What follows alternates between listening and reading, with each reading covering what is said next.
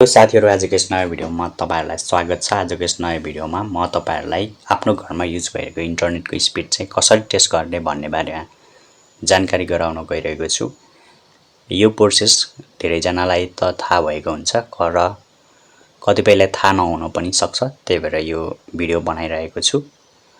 आज मैले दुईवटा टुल्सको युज गरेर तपाईहरुलाई मेरो घरमा युज भइरहेको इन्टरनेटको स्पिड टेस्ट गरेर देखाउँछु। तपाईहरुले यो प्रोसेसलाई फ्लो गरेर तपाईहरुले पनि आफ्नो घरमा रहेको इन्टरनेटको स्पिड टेस्ट गर्न सक्नुहुन्छ। तपाईहरुले कुन टुलको युज गरेर आफ्नो घरमा रहेको इन्टरनेटको स्पिड टेस्ट गर्नु हुन्छ त्यो चाहिँ तल कमेन्ट बक्समा कमेन्ट गरिदिनु होला। र यो प्रोसेसको लागि तपाईहरुले आफ्नो ल्यापटपबाट पनि गर्न सक्नुहुन्छ र मोबाइलको थ्रुबाट पनि गर्न सक्नुहुन्छ। आज म तपाईहरुलाई मोबाइलको थ्रुबाट गर्छु। त्यसको लागि सर्वप्रथम तपाईहरुले आफ्नो ब्राउजर ओपन गर्नु होला। म अहिले क्रोम ब्राउजर ओपन गर्छु।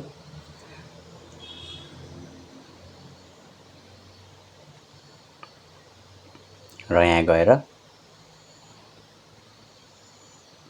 speed test.net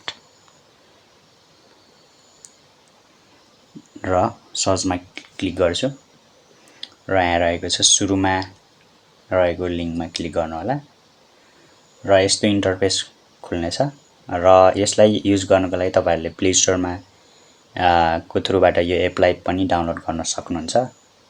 म अहिले ब्राउजर्सबाट गरिरहेको छु र गोमा क्लिक गर्नु होला। गोमा क्लिक गरिसकेपछि यसले एनालाइज गर्छ आफ्नो घरमा युज भइरहेको इन्टरनेटको स्पिड। यसले एनालाइज गरिरहेको छ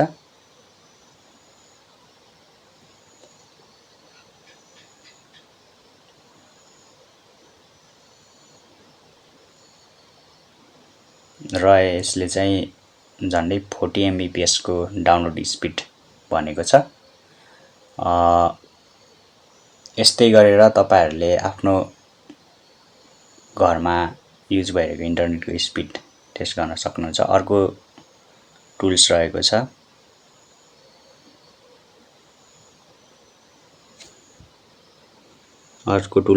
यहाँ गएर तपाईहरुले सर्च बारमा गएर fast.com हान्नु होला र सर्चमा क्लिक गर्नु होला र यसले चाहिँ डाइरेक्ट एनालाइज गर्छ। यहाँ एनालाइज गरिरहेको छ।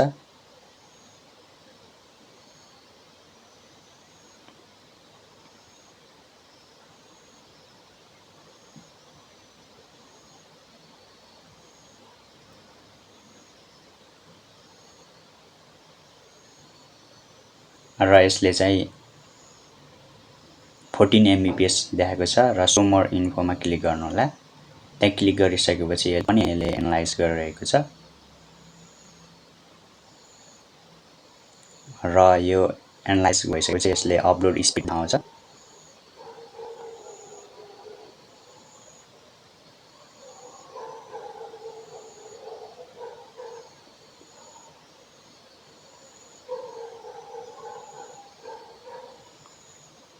यसरी यसले चाहिँ अपलोड स्पिड 20 mbps भनेको छ। यसरी तपाईहरुले सजिलैसँग आफ्नो घरमा युज भइरहेको इन्टरनेटको स्पिड टेस्ट गर्न सक्नुहुन्छ।